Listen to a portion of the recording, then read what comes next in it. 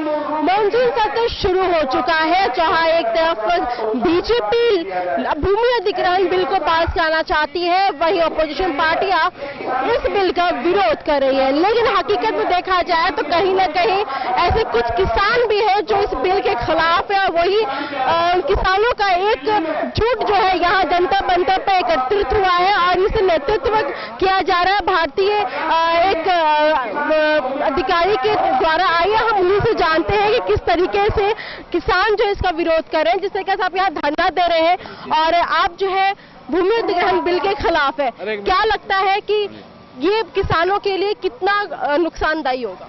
देखिए, किसान पहले जब प्रधानमंत्री जी ने कहा कि किसान की बगैर मर्जी के कोई जमीन अधिग्रहण नहीं की जाएगी, किसान की मर्जी के बगैर, सहमति के बगैर जमीन नहीं लेंगे। कारण क्या है कि हम ये अध्यादेश वापस होना चाहिए, इसलिए यहाँ आए हैं। पार्लियामेंट देश की चल रही है और किसान यहाँ धरने पे बैठा हुआ है कि इसको हम लागू नहीं होने देंगे, चाहे पूरे देश में आंदोलन हो, इसको वापस लिया जाए, इसको रद्द किया जाए। और किसान का जो है, किसान की जमीन किसान की सहमति के बगैर नहीं ली जाए। और मैं एक बात कहना चाहता हूं कि पूरे देश का आज हजारों करोड़ रुपए विदेशों में देकर आ रहे हैं और हम एक चीज कहना चाहते हैं कि किसान का कर्जा भी पूरे देश में माफ होना चाहिए।